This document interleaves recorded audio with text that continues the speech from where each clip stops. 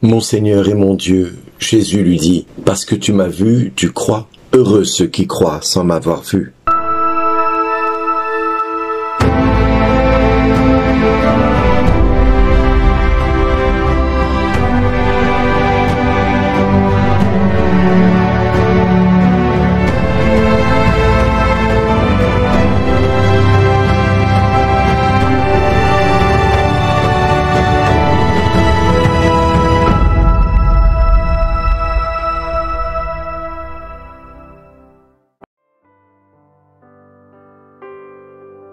Bonjour les amis, aujourd'hui nous fêtons l'apôtre Thomas. Quel bel apôtre que celui-ci.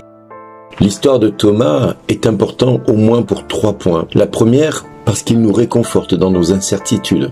Je dirais que la deuxième, c'est parce qu'il nous démontre que chaque doute peut déboucher sur une issue lumineuse, au-delà de toute incertitude. En clair, il n'y a pas de foi sans doute. Et enfin, la troisième, parce que les paroles qu'il adresse à Jésus nous rappellent le sens véritable de notre foi, mûre, et nous encourage à poursuivre malgré toutes les difficultés que nous pouvons traverser, et cela pour que notre adhésion soit parfaite à la personne du Christ. Et puis enfin, je dirais comme conclusion de ces 3 points qui vont déboucher sur toute notre réflexion de ce matin, c'est l'hypothèse sur laquelle la résurrection aurait pu être l'imagination et le produit d'une foi sans consistance. En clair, l'imaginaire des apôtres aurait pu être remis en doute si Thomas n'avait pas été présent, si Thomas n'avait pas pu mettre sa main dans le côté et dans ses plaies. En clair, le témoignage des apôtres est devenu concret, réel, par l'histoire de Thomas, qui lui-même pouvait douter et douter totalement de sa résurrection. L'histoire de Thomas nous apporte à nous, les croyants qui ont suivi les apôtres, la véracité de ce que les apôtres ont affirmé. Sans Thomas,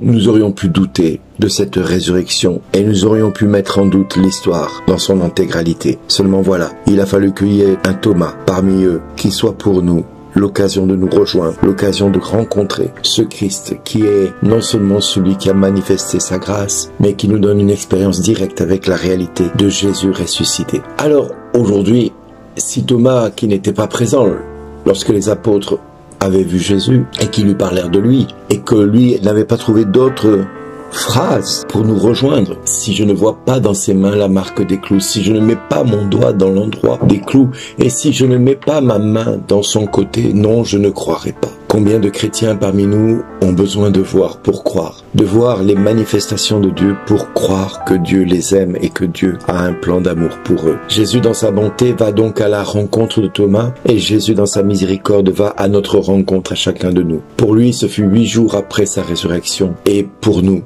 c'est au moment opportun que Dieu agit promptement pour nous manifester sa tendresse et son amour. Il dira à Thomas, avance ton doigt ici, vois mes mains, avance ta main et mets-la dans mon côté. Cesse d'être incrédule, sois croyant. Combien de chrétiens parmi nous doutons de sa résurrection? Combien de chrétiens parmi nous imaginons que si Dieu existait, pourquoi ils vivent tout cela? Pourquoi ils endurent tout ceci? Pourquoi l'épreuve dans leur vie ne cesse de s'accumuler et de s'abattre sur eux comme s'ils avaient fait les pires choses et que ce serait comme pour eux comme punition? Seulement voilà, ô Jésus, que tu es bon pour Thomas et que tu es bon pour nous, puisque tu manifestes en nous l'incrédulité de Thomas et tu nous demandes de passer de l'autre côté de la rive en devenant croyant, en cessant d'être incrédule. Si jamais tu vois que je m'éloigne de toi, Seigneur, viens donc à ma rencontre, comme tu l'as fait avec Thomas, nous pourrions dire à Jésus. La réaction de Thomas, qui déclara mon Seigneur et mon Dieu, va manifester que dans cette épreuve, dans cette expérience de vie avec le Christ ressuscité,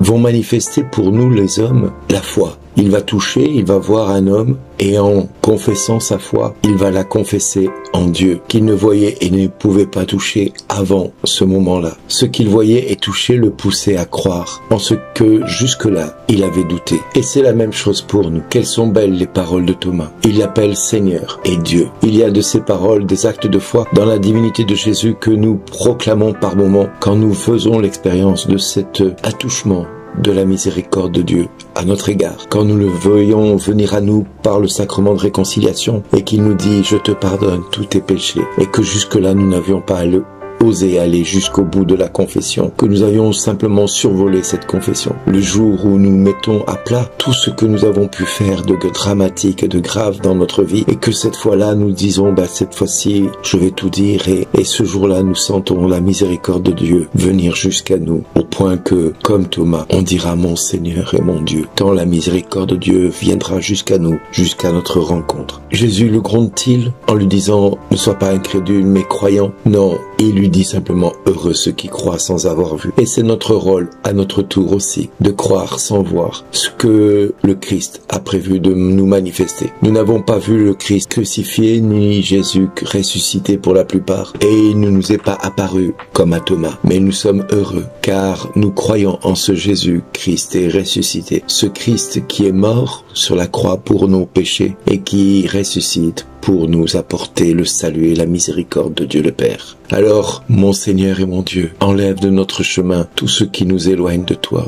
tout ce qui s'oppose à toi. Mon Seigneur et mon Dieu, donne-moi de croire que tu as un plan d'amour pour moi, comme pour mes enfants, comme pour mon mari ou pour mon épouse, comme pour mes parents. Oui, mon Seigneur et mon Dieu, donne-moi tout ce dont j'ai besoin pour me rapprocher de toi et éloigne de moi tout ce qui pourrait m'éloigner de toi. Mon Seigneur et mon Dieu, fais que je n'oublie pas l'amour que tu as décidé de me donner le jour où tu as accepté de mourir sur la croix pour ressusciter. Oui, Seigneur, fais que je m'oublie moi-même afin de me donner entièrement à toi tout au long de cette vie qui me reste à parcourir sur cette terre. Aide-moi à mourir à tout ce qui fait de moi un être égoïste, un être tourné vers lui-même et non vers toi. Seigneur, fais grandir en moi cet amour en ta miséricorde et en ta bonté. Accorde-moi, Seigneur, de pouvoir percevoir et d'apercevoir ta miséricorde dans tous les aspects de ma vie qui me restent à courir et à parcourir durant ce temps. Seigneur, merci de ce que tu vas faire aujourd'hui dans ma vie en éveillant